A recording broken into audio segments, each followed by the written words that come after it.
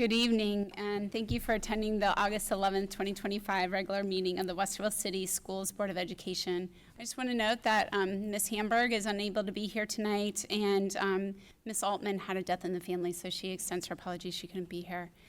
This evening's agenda will be displayed on the screens in the front of the room. Printed agendas are available for our guests, or you may find the agenda on your mobile device by connecting to the district's website at www.wcsoh.org. Click on the Our District link, select Board of Education, and follow the Board Docs link to our current meeting agenda. And with that, Ms. Marshall, will you please call the roll? Mr. Heckelman? Here. Mrs. Valentine? Here. Mrs. Lieband? Here. Mrs. Meyer? Here. Would you please join us in the Pledge of Allegiance?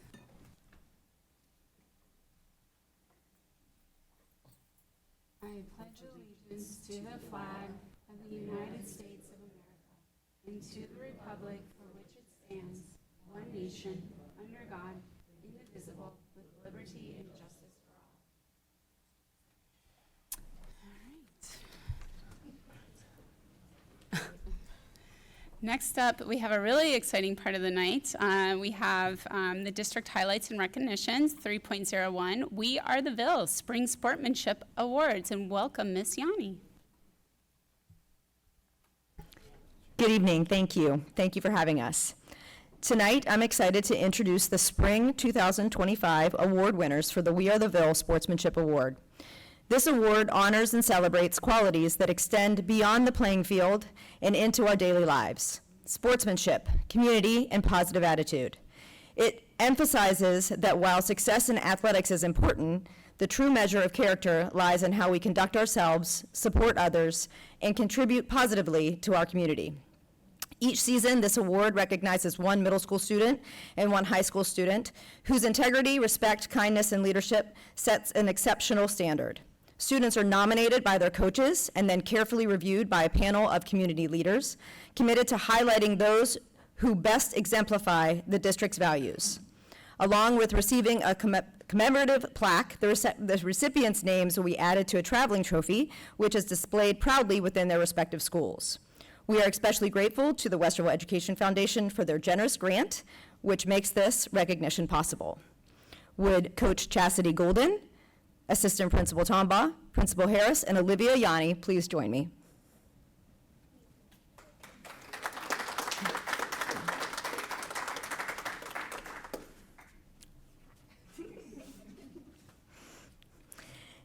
In her nomination, Coach Golden shared that to see a walking example of what sportsmanship means, one can look to Olivia Yanni. Whether she is on or off the softball field, Olivia exemplifies good sportsmanship through her positive attitude, good character, and unwavering respect for all teammates, coaches, and umpires. Throughout each game, Olivia can be heard congratulating teammates as well as opponents, recognizing and celebrating good plays no matter which team made the play, and encouraging all to stay positive during struggles. Whether she is volunteering to set up the field, pick up equipment, warm up the pitcher, or be a partner for someone who needs additional practice, Olivia is a teammate through and through. Her actions both on and off the field, whether viewed by others or solidifying her solid character privately, show that Olivia Yanni is most definitely the epitome of good sportsmanship and much deserving of the We Are the Ville Sportsmanship Award. Congratulations, Olivia.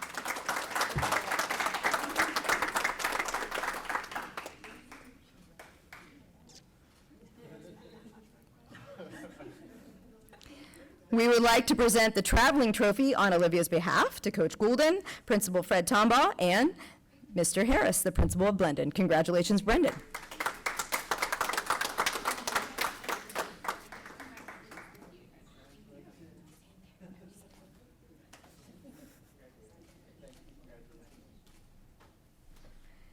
Next up, can Coach Vicki Phillips, Coach Maxwell James, and Christian Harkins join me?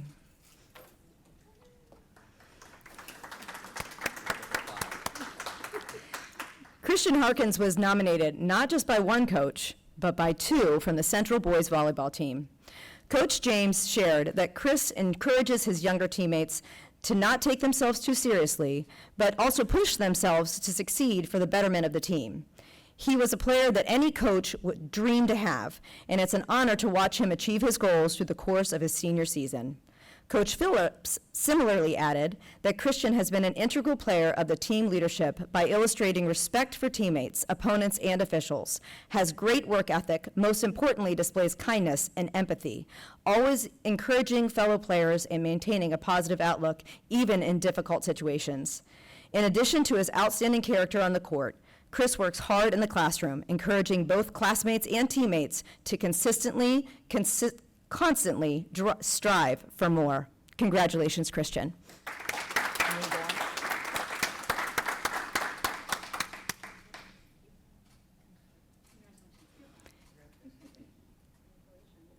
And this traveling trophy will be presented to Christian's coaches and displayed at Central on behalf of Christian's sportsmanship this past season. Congratulations, Central.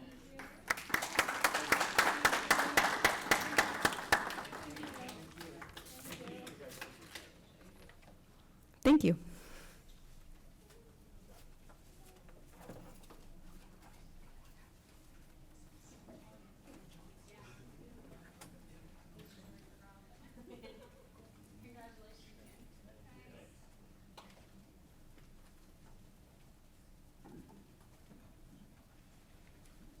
Okay. All right. Well, next up, we have reports on 4.01, personal communication devices protocols. And welcome, Mr. Reeves, Mr. Cooper, Ms. Relford, and Ms. Asher. Yeah, we've got the Whole team. group. We got the whole team tonight. Thank you and welcome. And one of the policies coming out of the budget bill this summer that's making its rounds around the media in the state and for some schools in Ohio is a big change, is a restriction in our personal communication devices, cell phones and other things in the matter. And we have that first reading of a policy, and I'll get into some of the specifics. Probably not as much change as in elementary school, because we did do a pretty much a total restriction of personal communication devices last year when we had to amend our policies, but there's some changes that parents and students will experience both at the middle and high school level that our team will kind of walk you through so that parents can be prepared as we start school on Wednesday.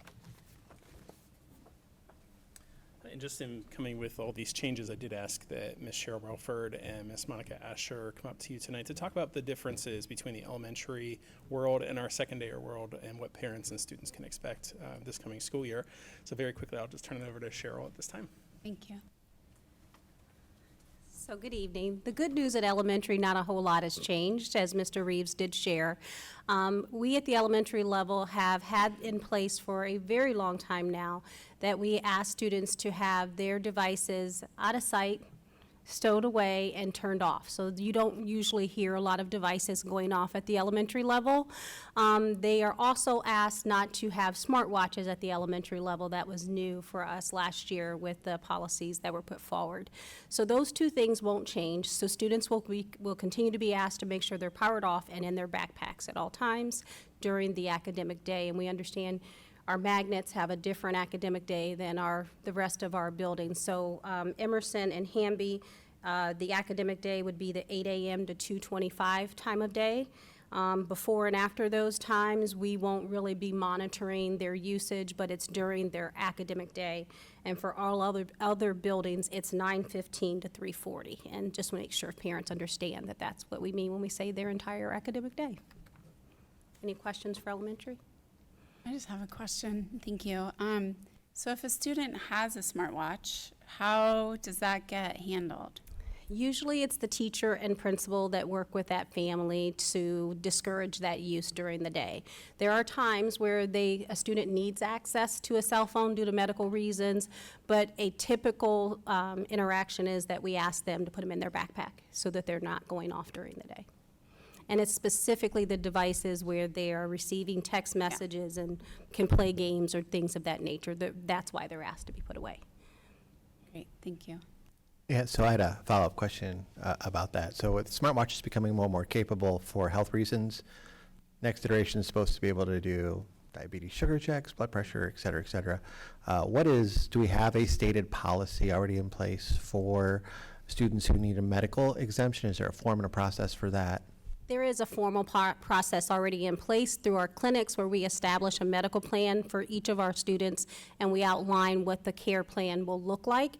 And so that would be contingent upon case by case. It's not a blanket way of doing it. Usually it's through a phone, and as we get the upgrade where they can do it through a watch, we would work that out with our clinic through the doctor's recommendations, and the staff meet to discuss. Thank you. You're welcome. Okay, I'm going to pass it over to Monica. Thank you. Really quick, you will see in our policy tonight, there are some specificities that we have in our guidelines that were also in the budget bill for students who need devices for medical reasons. So you will see that in a little bit later. Good evening. So we do have a few more shifts at the secondary level from our communication policy previously. So previously, students were not able to have access to their cell phones during instructional time. However, they were able to have access during lunch and study hall. But the new law now dictates that students cannot have access at any time during the instructional day. So we gathered together the middle school principals and high school principals and worked collaboratively to discuss our responses, so we had consistency from classroom to classroom and building to building. We also looked at maybe some developmental differences with our response to make sure they were developmentally appropriate for middle school and high school. So there will be clear expectations prior to enforcement. So principals will begin enforcing the new state law after they have class meetings. So that way they have an opportunity to communicate clearly with students. They can field phone calls from parents, from students, and there is clear communication just across the district and every building. Our goal throughout the development of this process was not to punish students, but it was rather to protect instructional time and continue to reduce distractions and help students stay engaged in learning. So I'm happy to answer any questions you may have. Thank you so much. I really appreciate the thorough explanation. My question, I guess, surrounds more like support for our staff, and I'm sure we've thought through all these nuances, but can you speak more to the training and support that's going to be provided specifically to staff? Because I could assume this is going to be very overwhelming, right? Yes. Like, what does a day-to-day look like? What should we expect that enforcement to look like in a classroom? Absolutely. So the expectation for students is that they are out of sight, in their bags, off or silenced. At the middle school, they will receive support from the administration. I think middle school will likely be a warning and then communication with family.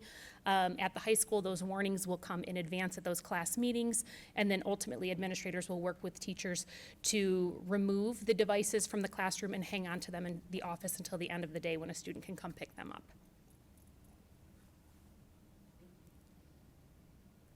Given that we are not yet one-to-one, is there, in this policy, and I'm sorry, mine's not working, although I just thought I'd pull it up. Is there exemptions in this policy for pulling out devices for research purposes inside of the classroom? I'm assuming that there are, but I'm not sure, so I thought I'd Yes, ask. so in the new state law, there are some exemptions for instructional use in the classroom. We wanted to make sure, though, that that was applied consistently. So what principals have asked their teachers to do is to submit on a Google form, which was designed to be intentionally short so that it does not take up an inordinate amount of time, to give advance notice to administrators on this day we will be using our devices for instructional support, given that we are not one-to-one. And the reason we opted to go through that formal notification process, again, was for consistency, clarity for staff, so there was a clear understanding of when it is acceptable and not acceptable within the state law to use that. Thank you. You're welcome. I have a follow-up question about that. So how far in advance would staff have to put that in the Google form? Right now, 48 hours. We want to keep that time as minimal as possible. We know that as educators are reacting to student needs in the classroom, they may need to make adjustments to their lessons, so we want it as close to that instructional time as feasible. Okay. I had maybe a logistical question about if we're having to take devices from students if they are repeat offenders.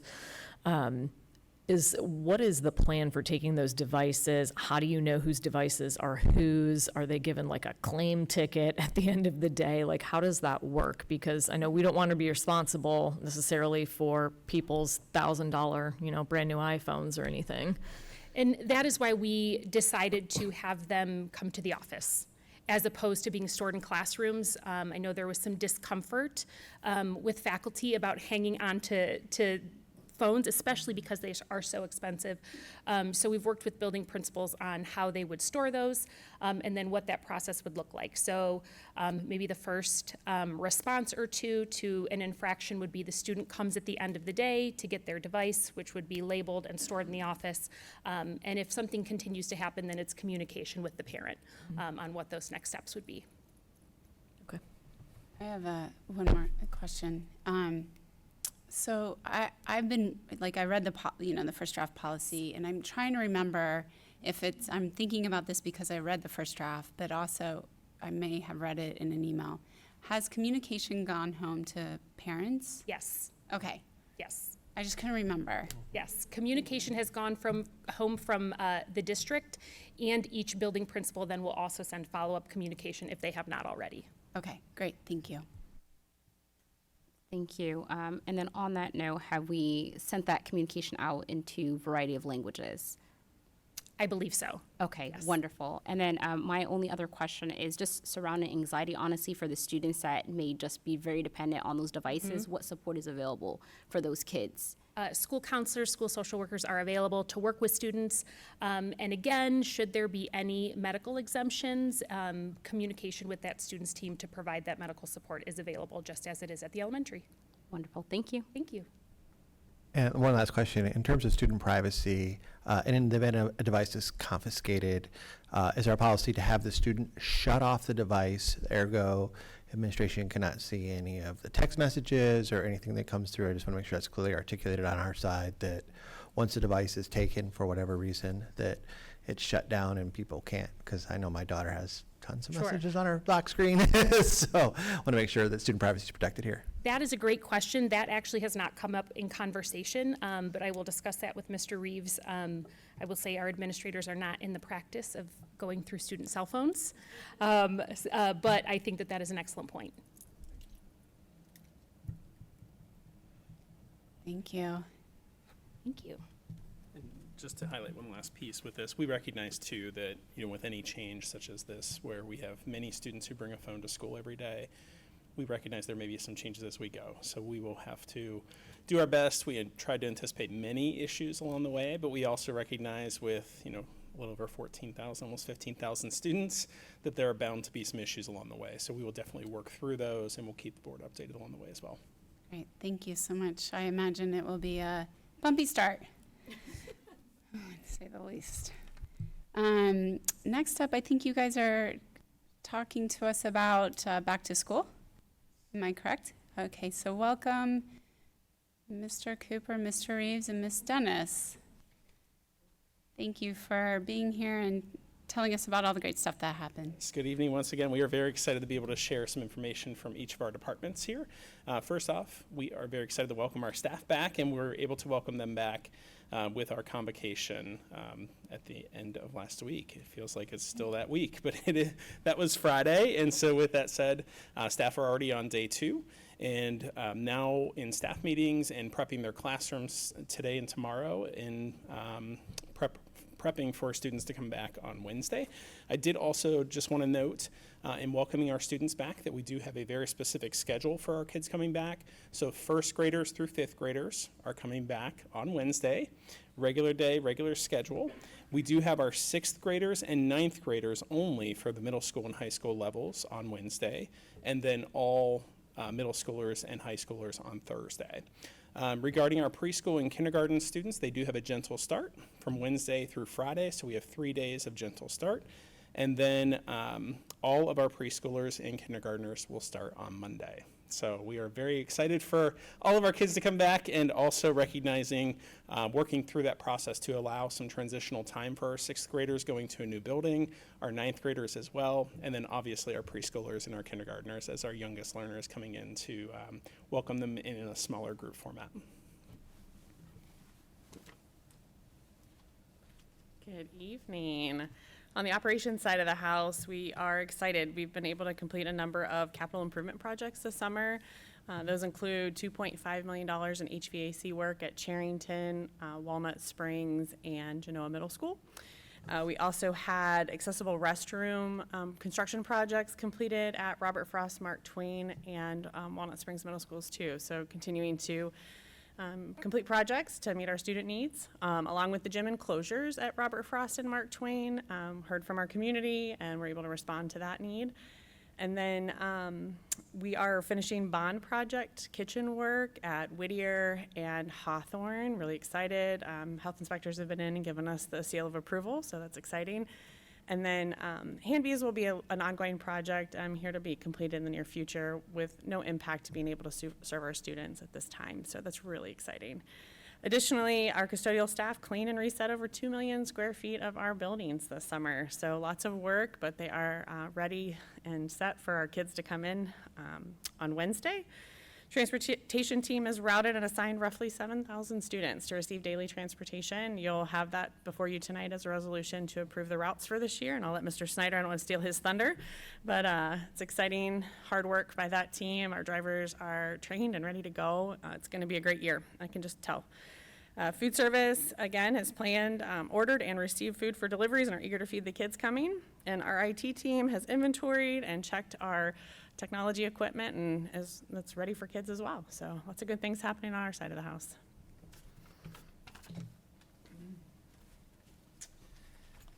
Well, in our world, last week we had 2 amazing days with our new staff orientation on Monday and Tuesday, and we welcomed 72 staff members who are filling vacancies due to retirement or resignation, who are excited and eager to start. Several of them are Westerville alum, and we're able to, as some of you, talk about how important this community is to them and why they wanted to come back and be a part of Westerville schools.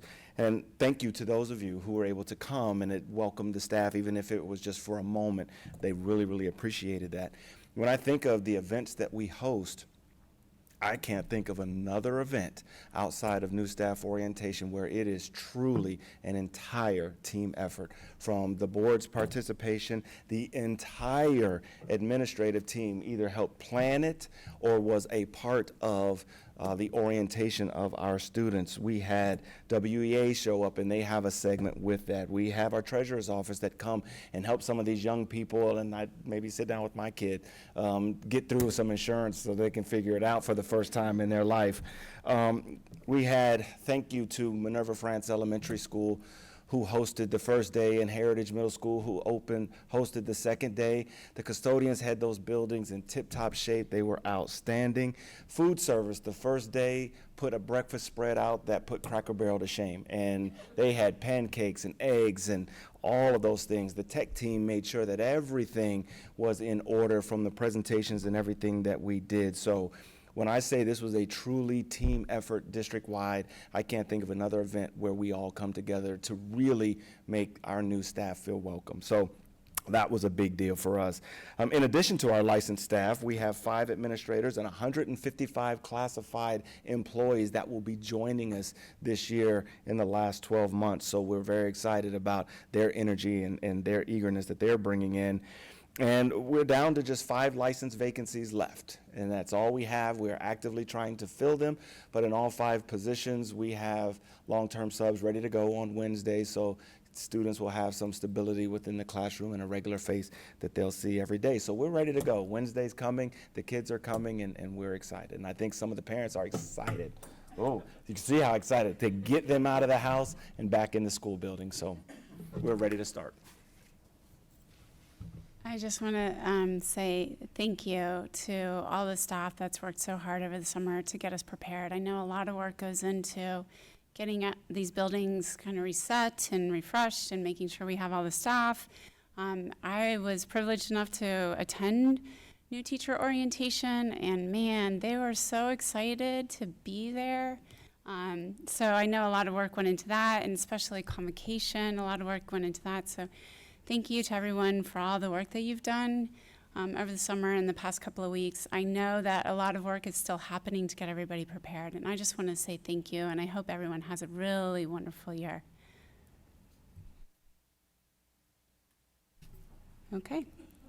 Next up, we have public comments. The Board of Education welcomes public comment on educational issues of interest to our school community. The board does not discriminate based on the identity or viewpoint of the speaker during our public participation. However, the board president may limit comments that are obscene, abusive, or harassing. In an attempt to protect the privacy interests of our students, the board asks that speakers not identify students by name during their comments. Persons having public complaints about district personnel, programming, or operations will be referred to the process set forth in Board Policy 9130. Finally, the board reminds speakers that their statements should be directed to the board as a whole and not to individual board members. Each speaker will have 3 minutes to address the board. A timer will be shown on the screens, and Ms. Dennis will call time when 3 minutes have elapsed. Our first speaker this evening is Ms. Peg Duffy. Welcome back.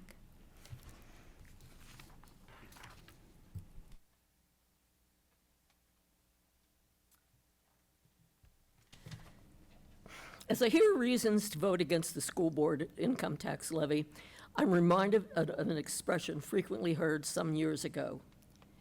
Don't cut off your nose to spite your face. This is a metaphor for self-destructive behavior. It's motivated by revenge or anger, is an attempt to harm someone else without realizing the consequences for yourself. In the long run, the person taking the action is harmed more than the initially targeted party. In this case, the no voter eventually is harmed more than the district. Let's think about the levy in terms of the cut off your nose to spite your face framework. Failure of the levy harms the district. Yes, the opponents are satisfied there are no more taxes. But the district has to continue no matter the outcome. So with a levy failure, adjustments will have to be made. Reduced or eliminated services affect students. Even if you don't have kids in the district, this is your community. Keep it a desirable place to live. Continue to give our students opportunities. The Ohio legislature is the culprit, not the district. A recent report shows that Ohio has the 8th highest property taxes in the nation. Our inert body down there in Columbus, this lawmaking body has failed to make adjustments in the property tax structure to protect homeowners from the kinds of increases we've seen recently. In addition, the legislature is at fault for refusing to update the actual costs that determine school funding. These inactions have forced us into the current Ohio mindset against property taxes, which is frightening. But aware of this mindset regarding property taxes, our district has chosen the income tax route to fund services. But just remember, don't cut off your nose to spite your face. Thank you. And next up, we have Patty. It's either Dovell or David? Dow. I'm sorry. I really thought I'd get one of those. Welcome. I just don't have neat handwriting. I don't either, so I understand. Okay. Hi, everyone. My name is Patty Dowd, and I am an alum and graduate at all of the Westerville City Schools. I'm a lifelong resident, and I wanted to come today, obviously, to talk about the levy. So basically, I graduated from Westerville North High School, and I was a graduate of Walnut Springs Middle School as well. And originally, I had developed my love for learning and different cultures, which was discovered in my intimate classroom setting because I went to Central College Magnet School. So, events, we had all of these fun events, like we had a chess club where they managed to get everyone to, we had like 40 people show up at 7 a.m. before school started, all to play chess. Or we had a build it night where we had spare parts and learned how to fix things on our own. My personal favorite was our Chinese New Year celebration, where each classroom had a different learning component, including traditional Chinese character writing, and we learned about the holiday and what it signifies to other people in our community. But in 3rd grade, I was a victim of a school levy not passing, and as a result, my last 2 years of elementary school, I had to switch to Hanby Magnet School. Now, Hanby was lovely, and I really enjoyed it, but it's important to acknowledge how school districts cannot succeed without the support of their community, just like kids always thrive and succeed more in stability. So with this change of pace, I definitely struggled in, keeping a hold of all of my passions, and it took a long time for me to rediscover those, especially in the educational system. So when we are taking away our funding or not approving more funding, it has direct impact on the children, and we all feel it. So here I am, 20-some years later, still talking about my elementary school because I loved it that much, and it had that much of, that much of an impact on me. And I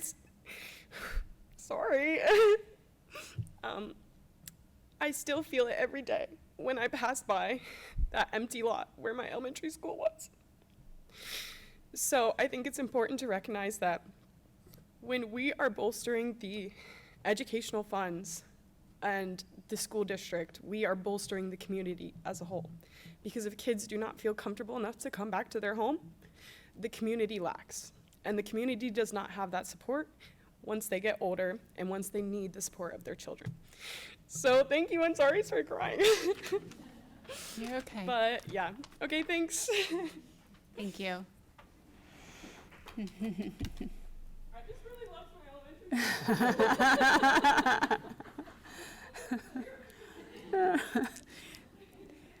Thank you. Next up, is board meeting minutes. May I have a motion to approve the minutes of the regular Board of Education meeting held on Monday, July 9th of 2025? So moved. Second. Any changes needed, or? All right, will you take the vote? Mr. Eckelman, Yes. Mrs. Lieband, Yes. Mrs. Valentine, Yes. Mrs. Meyer. Yes. And moving along to 6.02, may I have a motion to approve the minutes of the Board of Education retreat meeting held on Friday, July 18th, 2025? So moved. Second. We all good to take a vote? All right, will you take the vote, please? Mrs. Lieband, Yes. Mr. Eckelman, Yes. Mrs. Valentine, Yes. Mrs. Meyer. Yes. And moving along to 6.03, may I have a motion to approve the minutes of the Board of Education special session meeting held on Monday, July 21st, 2025? So moved. Second. We okay to take the vote? Mhm. Okay, would you please take the vote? Mrs. Valentine, Yes. Mrs. Lieband, Yes. Mr. Eckelman, Yes. Mrs. Meyer. Yes. And then moving along to financial, 7.01, may I have a motion to approve the resolution to adopt the Ohio Deferred Compensation Roth 457 option? So moved. Second. And Ms. Marshall, will you talk to us about this opportunity? Yes, thank you, President Meyer, members of the board. So we currently are part of the Ohio Deferred Compensation Plan, and that is an option for our employees to contribute pre-tax dollars towards retirement. It's an annuity that they save for retirement under. I was not aware that we did not have the Roth as an option for our employees until an employee recently brought it to my attention. And so I'd like to ask the board to consider that. It doesn't add any new administrative cost to us because we're already processing enrollments into the deferred compensation plan. These are the employees' own dollars that they contribute towards retirement. So I'd like to give our employees this option to have this. Roth option just means it's after tax dollars versus the pre-tax dollars option. And we do have that for our 403B, the Voya plan, and all that. We just don't have it for the 457. Any questions? All right. Seeing none, will you please take the vote, Ms. Marshall? Mr. Eckelman, Yes. Mrs. Valentine, Yes. Mrs. Lieband, Yes. Mrs. Meyer. Yes. And moving along to 7.02, may I have a motion to approve the purchases in accordance with Ohio Revised Code 5705.41D1 and Board Policy 6320? So moved. Second. And will you talk to us about these, Ms. Marshall? Yes, thank you again. So these are what we call then and now purchase orders. This means that we had a purchase order that was dated after an invoice date. Anything that exceeds $3,000 or above, it requires board approval in order for us to process payment. We have 5 in front of you today. I do want to mention, as we cross fiscal years from June to July, we do tend to have a few more of these than we normally would. So the first one we have from the communications department for Final Site, that's the district's website. That was basically the email was going to a position that we had to absorb as part of the reductions. And so that got missed in getting that PO opened, but we, of course, budgeted for these items. It was just a matter of the purchase order date. Special education to the Muskingum Valley ESC, the PO was open, but in the previous year, but it got closed as part of the carryover process inadvertently. And then operations for Osborne Engineering also had a PO open in the previous fiscal year that got closed during the carryover process. And then Central Athletics, we had, this is Coach Com, which is the final installment. So this was a timing issue in working with the boosters and getting those processed. And then our operations department had one with SI Technologies for theater equipment. This has been an ongoing thing. This isn't the first then and now purchase order we've had for them, but the company was bought out, and so as the vendors changed hands, there was a purchase order, but getting all of that transferred over. So it's really just a compliance piece to make sure that we're getting board approval on that. Thank you. Are there any questions or comments? Okay, would you please take the vote? Mr. Eckelman? Yes. Mrs. Valentine? Yes. Mrs. Lieband? Yes. Mrs. Meyer? Yes. And can we take personal consent as one? Okay. May I have a motion to approve the personal consent agenda 8.01 through 8.08? So moved. Second. Welcome, Mr. Reeves. Thank you again. I'd like to present to you for your consideration this evening tonight's personnel consent agenda. Along with the regular action items in tonight's agenda, there are a couple of items to be noted. Resignations. We have but 4 classified resignations, and we only have 1 licensed resignation, but it is a resignation of a supplemental contract, and that is due to retirement, where the employee must ensure that they sever all employment heading into retirement. We have 1 leave of absence of an elementary media specialist. One-time pays, we have a one-time pay for 2 Link Crew trainers, which help promote our first day of school for 9th grade, and they were not included in the original approval, so we wanted to make sure we got them in there. And we'd like to call out that the College Credit Plus incentive payments for new College Credit Plus courses are a program of the Ohio Department of Education and Workforce, as well as this incentive is funded by the Ohio Department of Education and Workforce. We do training, we do materials and all of that the board funds, but this particular incentive piece is something that's an incentive program of the state and not Westerville City Schools, so it's a way for them to promote growth in the College Credit Plus program. Our contract status changes for classified are really a result of staff changing buildings and the hour adjustments for the buildings that they are headed into. And for employment, you can see a slew of both classified. We have 10 employments, 9 teachers in our final push to get all of our positions filled for the start of the school year. And as I shared a little bit earlier, we're down to just a few left. We are also bringing back retired Westerville Administrator Juliet Peoples on a limited consulting role to help with the transition of Ann Baldwin in her role in dealing with the complexities of our non-public partners, federal title funds, and any audits that may come from the Ohio Department of Education and Workforce. And so she will help make sure that the very important with financial impact transition happens smoothly. And lastly, we have that same final push for supplemental contracts and athletic support personnel as the fall sports season is now upon us, with several of our teams, like our golf teams, girls tennis teams, and cross country, are already underway with competition. Unfortunately, we have no retirements tonight, so there will be no lesson. But I am happy to answer any question that you may have over this consent agenda. I'm really disappointed about this, but I'm glad to hear that we're not losing anybody. Yes. I just have one question. So we have 5 vacancies. Where can people go if they're interested in what those vacancies are? Well, we have careers at Westerville. I think it's our short one, WCSOH.org. You can go right into where you can look at and apply for our postings that are open and available. Most of them are special education, and those with a special education license, we'd love to talk to you. All right, so tell your friends. Yeah, All right, thank you. thank you. We don't have any old business, so moving along, you shouldn't go very far, to new business. 10 point, oh, yeah, I'm sorry, we need a vote. My apologies. Ready? Yeah. Mr. Eckelman? Yes. Mrs. Valentine? Yes. Mrs. Leban? Yes. Mrs. Meyer? Yes, thanks, Ms. Marshall. So moving along to new business, we have the first reading of policy 0169.1, public participation at board meetings. Mr. Reeves. Yes, thank you. So we added the following sentence to the policy.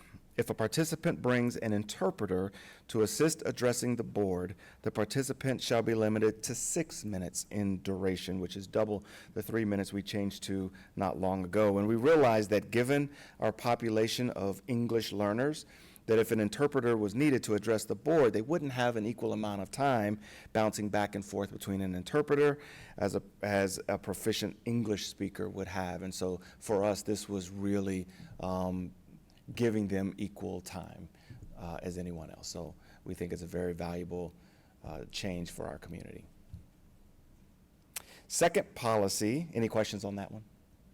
Second policy, which we, yeah, I was going to say really Okay. quickly, I did have a question. So interpreter, that includes both somebody who might need English language services Yes. for interpreting, but also also maybe hearing impaired. American or- Sign Language Yes, or a device of some sort. Yes. Okay. And we Okay, were great. intentional in our policy not to qualify the type of interpreter because we know that there are a variety of interpreters that may be needed. So that was a great call Fantastic. out. Thank you.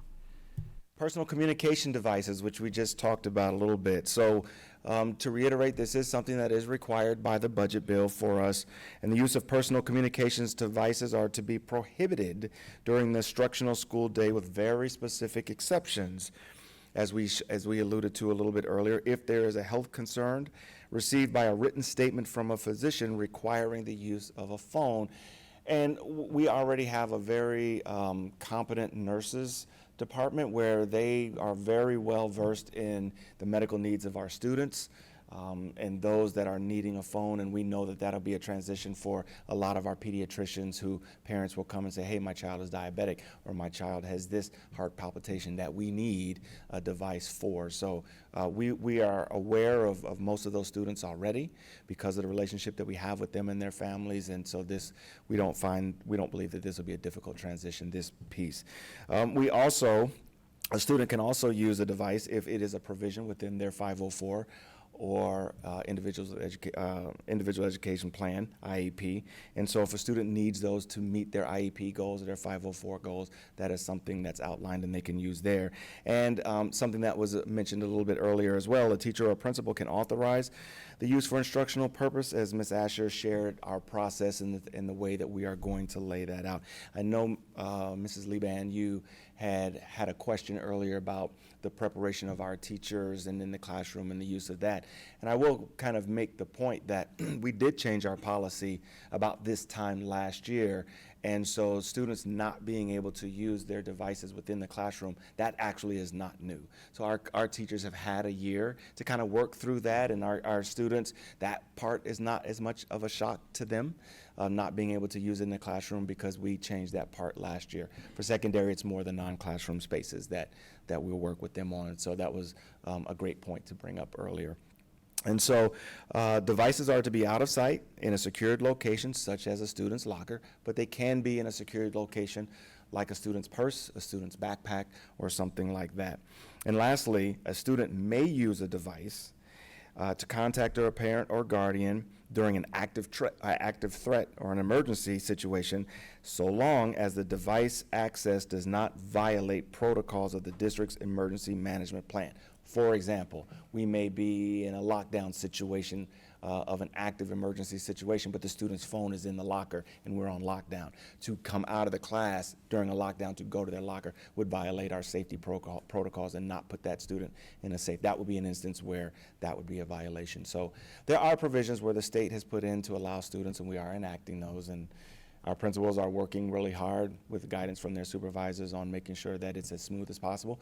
I would like to say also that last year, approximately half of our suburban sister school districts enacted what we are enacting now. We chose not to. We chose to do an incremental prohibition on cell phones. So we reached out to them, what were the hurdles, what were the pitfalls, what were the successes, and so we have a good network to make sure that we are as smooth as possible in this transition. Sorry, just a quick question. Do we have English language learners who are using devices for translation as a part of the school day?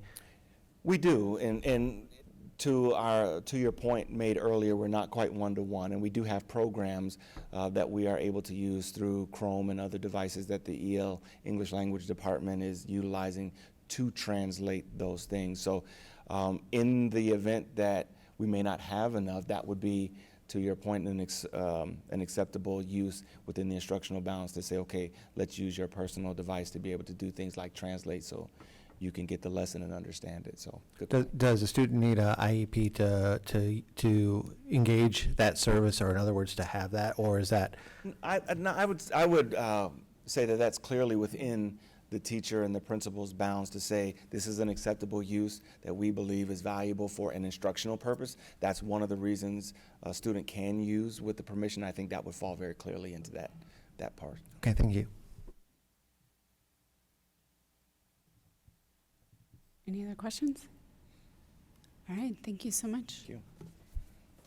Thank you. Next up, we have recommended action standing business, and this is also a fun part of the night, 11.01, early graduates. And may I have a motion to approve the early graduate candidates who have completed all local and state requirements? So moved. Second. Welcome, Ms. Asher. Good evening, President Meyer, Vice President Lieben, Treasurer Marshall, and members of the board. Tonight, we have 3 students from Westerville North High School who are candidates for early graduation. These students are on schedule to complete their graduation requirements prior to their cohort.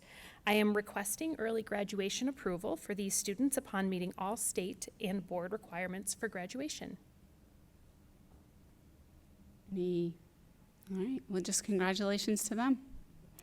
All right, will you take the vote, please? Mrs. Valentine? Yes. Mrs. Lieband? Yes. Mr. Heckelman? Yes. Mrs. Meyer? Yes. And may I have a motion to approve the out-of-state overnight field trips? So moved. Second. Would you talk to us about this, Ms. Asher? Absolutely. On August 3rd, the Westerville Central girls and boys cross-country teams attended their team retreat in Mount Gilead. Given the request happened in late July per our board guidelines, the trip was approved by Superintendent Hamburg, and I am requesting your review and approval for this trip. No questions? So the request actually came through in between our sessions? Yes. Okay. All right. Will you take the vote? Thank you. Mr. Heckelman? Yes. Mrs. Lieband? Yes. Mrs. Valentine? Yes. Mrs. Meyer? Yes. And may I have a motion to approve the resolution for transportation routes for the 2025-2026 school year? So moved. Second. Welcome, Mr. Snyder. You guys have been busy. Good evening, President Meyer, members of the board, Ms. Marshall. A little background or understanding. Ohio Administrative Code states it is the responsibility of the superintendent or designee to determine the location of all school bus stops to be approved annually by the district's Board of Education. Authority to designate or relocate subsequent school bus stops may be delegated by the Board of Education to the superintendent or their designee. Bus stops and a time schedule will be adopted and put in force by the board not earlier than 30 days prior to and not later than 30 days after the beginning of the school term. As well, the state of Ohio requires transportation services be provided for students in kindergarten through 8th grade who reside more than 2 miles from their homes, from their school. Westerville's service parameters, however, to continue to exceed the state minimum requirements by providing transportation, yes, for students in grades kindergarten through 8th grade, additionally grades 9 through 10, and we also offer transportation services for students in the 11th and 12th grades on a space available basis. Westerville City Schools also provides services through the MyVan program for students with specialized transportation requirements in grades K through 12. To review, for last school year, for ending in 2025, we ended the school year with 98 school bus routes to 37 locations, including 25 public schools, 8 private and charter schools, and 3 career centers. For the FY26, or the current 25-26 school year coming up, we'll begin the school year with 96 bus routes to the same 37 locations. We will also start the school year with 22 MyVan routes, which serve students with the identified transportation accommodations through their IEP and eligible students who fall under the McKinney-Vento Act and also foster placement. We have approximately 7,000 students, as Ms. Dennis referenced earlier, approximately 7,000 students that we'll be providing transportation services for the upcoming school year. At this point, it is my recommendation that the board approve the designated bus routes and bus stop locations for the 2025-26 school year. Be happy to answer any questions that you might have this evening. I just had a quick question. 98 routes last year, 96 routes this year. Can you talk about the reason for 2 routes going away? Certainly. The complete routing process takes about 6 weeks from the beginning of the process itself to this past Thursday when our drivers selected their routes and they were posted. We have an amazing team working with us back at the office. It is not a one-man team by any means, but a multi-person team at the office that analyzes and reviews rider data from previous year and previous years prior to, identifying areas that we may have a lower ridership than usual, compare those to maybe another bus route serving a particular school, working to combine those opportunities and those spaces, if you will, on the vehicles. But again, it takes a dedicated team, as well as some feedback from a number of our drivers that will share. Have you thought about doing this, or have you thought about making that adjustment throughout the year? So we certainly count on their feedback as well. Thank you. Any other questions? Sounds like a lot of work. Thank you for doing it. Thank you. Will you please take the vote? Mr. Heckelman? Yes. Mrs. Levan? Yes. Mrs. Valentine? Yes. Mrs. Meyer? Yes. Thank you. Thank you. May I have a motion to approve the settlement agreement?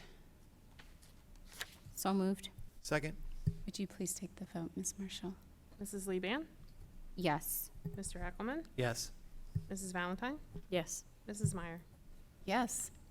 And next up, we have board comments. Who would like to go first?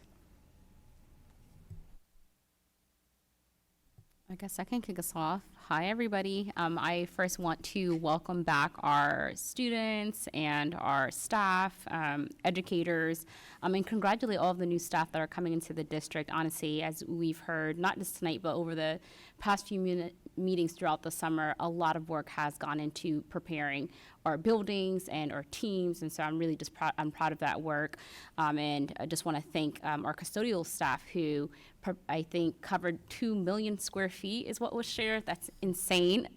So thank you so much for that. I too had the opportunity to attend the convocation this week, and it was very, very inspiring. So I was happy to be a part of that.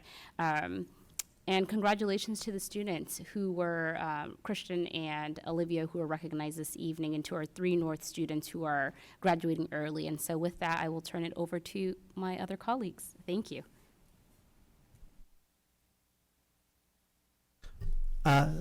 Ditto. Said it very well, Anissa's. Yeah, thank you, especially to the staff for their hard work through the summer. It doesn't seem like a lot's going on if you're on the outside, but inside we know a lot differently that there's just a ton of work that has happened. Thanks to transportation in particular for keeping our students safe and thinking about the routes and those types of things. So. I too want to thank everybody for getting the buildings ready to go.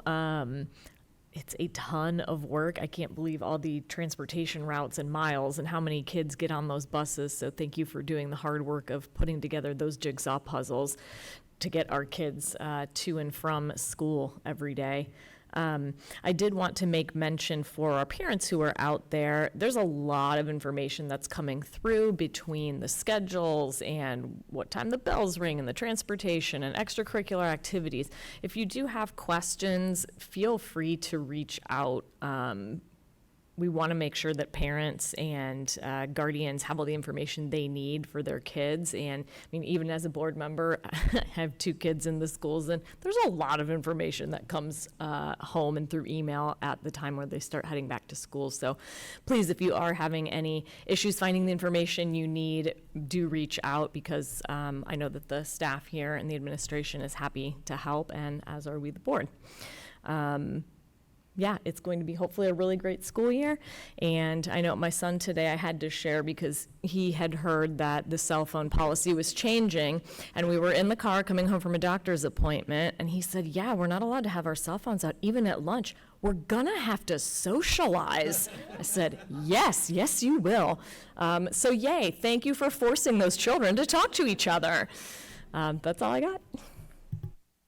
I actually had a similar conversation with my son. He said, can't use it at work or at lunch. You know, I want to just, we've heard a lot of chatter around the payment. I'm blanking on the name of it right now. Easy Pay. It got switched over. Yeah. And there's a lot of chatter about the fee. And I know that this is not something that we chose, right? Could you just explain that really quick? I think you explained that to me, but I think it would be good for the community to hear it. Yeah, so Easy Pay was actually being sunset by the company that owns it. So they're moving the platform to Pay School Centrals. And we found out, I think it was in May, we literally had like a month to transition to get it up and running in time for the back to school stuff. And so yeah, we had previously the district had picked up the fee for Easy Pay, and the Easy Pay fee wasn't as high as the Pay Schools fee is now.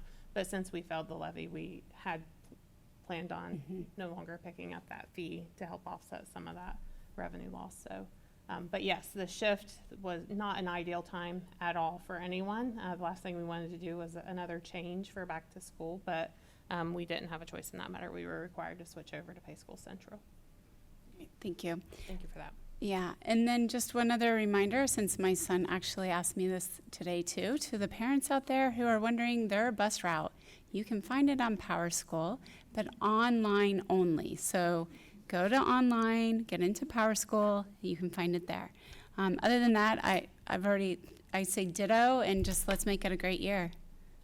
Can we put in a plug for the back to school page on the website? I think our comms team has done an outstanding job. There's like so much information. I know there's like 1,000 emails. I'm also a parent. I'm getting the 1,000 of emails. I'm having a hard time, but every time I go back to that back to school information page, everything I need is right there. So that's very nice. So I would recommend anybody check it out if you're not sure. Thank you for that reminder.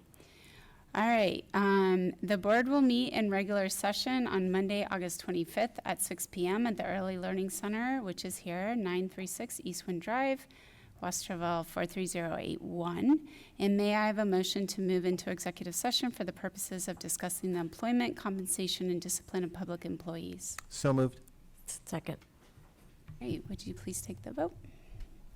Mr. Heckelman? Yes. Mrs. Valentine? Yes. Mrs. Lebian? Yes. Mrs. Meyer? Yes. Thank you. 6:59.